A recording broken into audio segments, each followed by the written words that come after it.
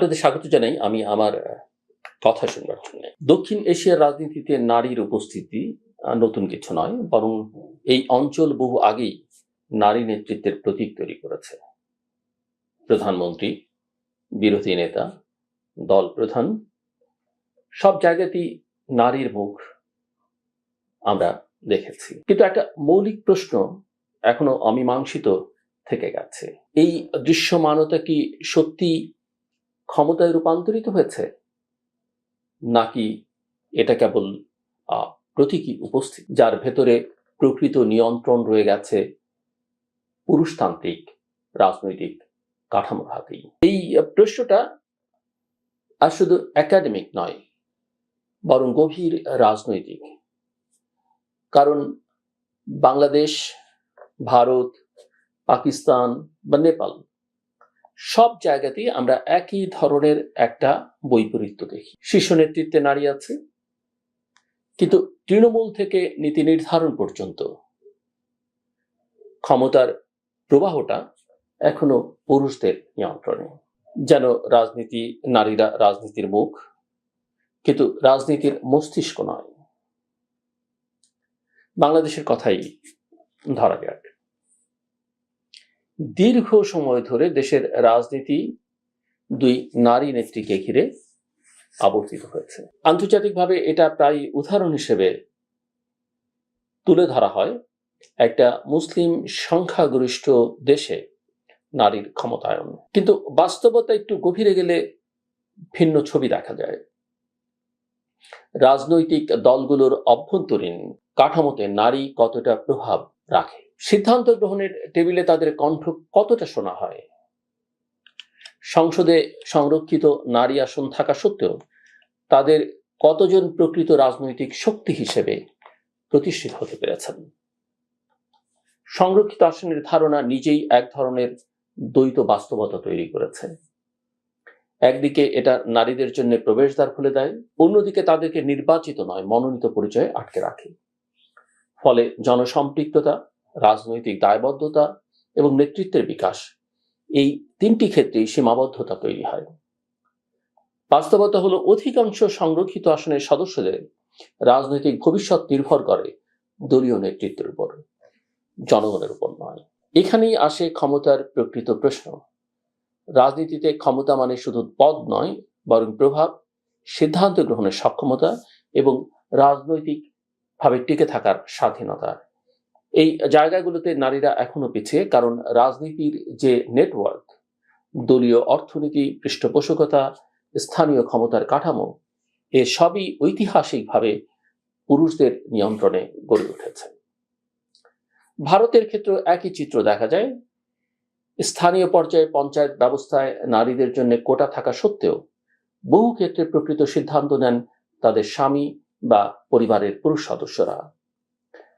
Proxy রাজনীতি নামে পরিচিত এই বাস্তবতা দেখায় কাগজে কলমে ক্ষমতা থাকলেই তা কার্যকর হয় না, বরং সামাজিক কাঠামো যদি অপরিবর্তিত থাকে তাহলে সেই ক্ষমতা অন্য কারো হাতে চলে যায়। পাকিস্তানের নারীর রাজনৈতিক অংশগ্রহণ আরো জটিল। সেখানে সংরক্ষিত আসন থাকলেও সরাসরি নির্বাচনে নারীর উপস্থিতি খুবই কম, কারণ রাজনৈতিক সহিংসতা, সামাজিক বাধা এবং অর্থনৈতিক সীমাবদ্ধতা নারীদের রাজনীতিতে প্রবেশের পথকে কঠিন করে তোলে। ফলে যারা রাজনীতিতে আসেন তাদের অনেকেই অভিজাত পরিবার বা রাজনৈতিক বংশের অংশ। নেপালের অভিজ্ঞতা কিছুটা আলাদা, কিন্তু সমস্যার ধরন একই। সেখানে সাংবিধানিকভাবে নারীদের জন্য উল্লেখযোগ্য প্রতিনিধিত্ব নিশ্চিত করা হয়েছে। সংসদে নারীর সংখ্যা বেড়েছে, স্থানীয় সরকারেও তাদের অংশগ্রহণ বৃদ্ধি পেয়েছে। কিন্তু নীতি নির্ধারণী ক্ষমতা এখনো সীমিত, অর্থাৎ উপস্থিতি বাড়লেও প্রভাবের গভীরতা বাড়েনি। এই পুরো অঞ্চলে একটা সাধারণ প্রবণতা পরিষ্কার: নারীর রাজনৈতিক দৃশ্যমানতা বাড়ছে, কিন্তু ক্ষমতার কাঠামো অপরিবর্তিত হয়ে গেছে। এবং এই কাঠামো শুধু রাজনৈতিক নয়, সামাজিক, অর্থনৈতিক এবং সাংস্কৃতিকভাবে প্রথিত। একটা বড় প্রশ্ন এখানে উঠে আসে, এই পরিস্থিতি কেন পরিবর্তন হচ্ছে না? প্রথমত, রাজনৈতিক দলগুলোর ভেতরের গণতন্ত্রের অভাব। যখন একটা দল নিজেই কেন্দ্রীয়ভাবে নিয়ন্ত্রিত হয়, তখন সেখানে নতুন নেতৃত্বের বিকাশ কঠিন হয়ে পড়ে। নারী তো দূরের কথা, পুরুষের মধ্যেও বা পুরুষদের মধ্যেও নেতৃত্বের বিকাশ সীমিত হয়, ফলে নারীদের জন্য জায়গা তৈরি হবার সম্ভাবনা আরো কমে যায়। দ্বিতীয়ত, অর্থনৈতিক বাধা। রাজনীতি একটা ব্যয়বহুল ক্ষেত্র। নির্বাচনে অংশগ্রহণ, দলীয় কার্যক্রম, জনসংযোগ সবকিছুতেই অর্থ লাগে। দক্ষিণ এশিয়ায় নারীরা সাধারণত অর্থনৈতিকভাবে পিছিয়ে থাকায় এই প্রতিযোগিতায় তারা দুর্বল, অর্থাৎ একটা বড় দুর্বল অবস্থানে তারা থাকে। তৃতীয়ত, সামাজিক মানসিকতা। এখনো অনেক ক্ষেত্রে রাজনীতিকে পুরুষের ক্ষেত্র হিসেবে দেখা হয়। একজন নারী রাজনীতিতে সক্রিয় হলে তাকে দ্বিগুণ সমালোচনার মুখে পড়তে হয়। একদিকে রাজনৈতিক প্রতিদ্বন্দ্বিতা, অন্যদিকে সামাজিক বিচার। এই চাপ অনেক নারীকে রাজনীতি থেকে দূরে রাখে। চতুর্থত, নিরাপত্তার প্রশ্ন। রাজনৈতিক সহিংসতা, হুমকি, চরিত্র হনন এসব ঝুঁকি নারীদের জন্য আরো বেশি। ফলে পরিবার থেকেও অনেক সময় তাদের রাজনীতিতে আসার অনুমোদন মেলে না। কিন্তু সবচেয়ে গুরুত্বপূর্ণ বিষয় হলো, ক্ষমতার ধারণা নিজেই এখনো পুরুষতান্ত্রিক। রাজনীতিকে আমরা এখনো ক্ষমতা দখলের প্রতিযোগিতা হিসেবে দেখি, সহযোগিতা বা অংশীদারিত্ব হিসেবে নয়। এই মানসিকতা পরিবর্তন না হলে নারীর অংশগ্রহণ বাড়লেও ক্ষমতায় তাদের অবস্থান শক্তিশালী হবে না। বাংলাদেশের বর্তমান রাজনৈতিক বাস্তবতায় এই আলোচনা আরো প্রাসঙ্গিক।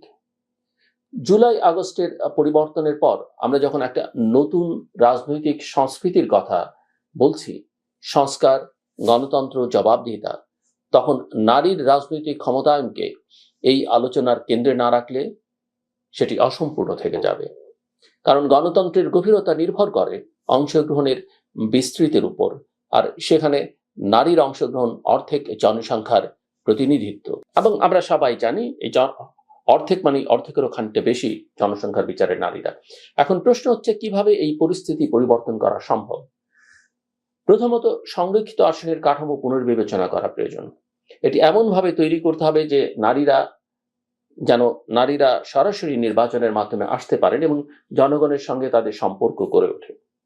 দ্বিতীয়ত, রাজনৈতিক দলগুলোর ভেতরে কোটা নয়, বরং নেতৃত্ব বিকাশের বাস্তব সুযোগ তৈরি করতে হবে। প্রশিক্ষণ, মেন্টরশিপ এবং রাজনৈতিক শিক্ষা, এই তিনটি ক্ষেত্রে বিনিয়োগ অত্যন্ত জরুরি। তৃতীয়ত, নির্বাচনী ব্যবস্থায় সংস্কার আনতে হবে যাতে অর্থের প্রভাব কমে এবং নতুন প্রার্থীদের জন্য সুযোগ তৈরি হয়। চতুর্থত, সামাজিক প্রচারণার মাধ্যমে নারীর রাজনৈতিক অংশগ্রহণকে স্বাভাবিক করতে হবে। মিডিয়া, শিক্ষা এবং নাগরিক সমাজ এখানে গুরুত্বপূর্ণ ভূমিকা রাখতে পারে। পঞ্চমত, নিরাপত্তা নিশ্চিত করতে হবে, শুধু শারীরিক নয়, ডিজিটাল ক্ষেত্রেও। কারণ আজকের রাজনীতিতে সামাজিক যোগাযোগ মাধ্যম একটা বড় যুদ্ধক্ষেত্র, যেখানে নারীরা প্রায় টার্গেট হন। সবশেষে একটা মৌলিক সত্য স্বীকার করতে হবে, নারীর রাজনৈতিক ক্ষমতায়ন কোনো অ্যাড অন বিষয় নয়, এটা গণতন্ত্রের কেন্দ্রীয় উপাদান। এটা শুধু ন্যায়ের প্রশ্ন নয়, বরং কার্যকারিতার প্রশ্ন। গবেষণায় দেখা গেছে, যেখানে নারীর অংশগ্রহণ বেশি, সেখানে নীতি নির্ধারণের সামাজিক খাত, শিক্ষা, স্বাস্থ্য এবং মানব উন্নয়নের উপর বেশি গুরুত্ব দেওয়া হয়। দক্ষিণ এশিয়ার রাজনীতি এখন এক পরিবর্তনের সন্ধিক্ষণে দাঁড়িয়ে। পুরনো কাঠামো ভাঙার দাবি উঠছে, নতুন রাজনৈতিক সংস্কৃতি গড়ে তোলার কথা বলা হচ্ছে। এই মুহূর্তে যদি আমরা নারীর রাজনৈতিক ক্ষমতায়নকে গুরুত্ব না দিই, তাহলে ভবিষ্যতের গণতন্ত্র অতীতের মতোই অসম থাকবে। দৃশ্যমানতা আর ক্ষমতার এই ফারাক যদি আমরা কমাতে না পারি, তাহলে আমরা হয়তো আরো অনেক নারী নেত্রী দেখব, কিন্তু প্রকৃত অর্থে ক্ষমতার ভারসাম্য বদলাবে না। আর সেই পরিবর্তন ছাড়া গণতন্ত্রের যে স্বপ্ন আমরা দেখি, সেটি শেষ পর্যন্ত অপূর্ণই থেকে যাবে। আমার কথা শুনবার জন্য আপনাদের অসংখ্য ধন্যবাদ। সবার প্রতি শুভকামনা।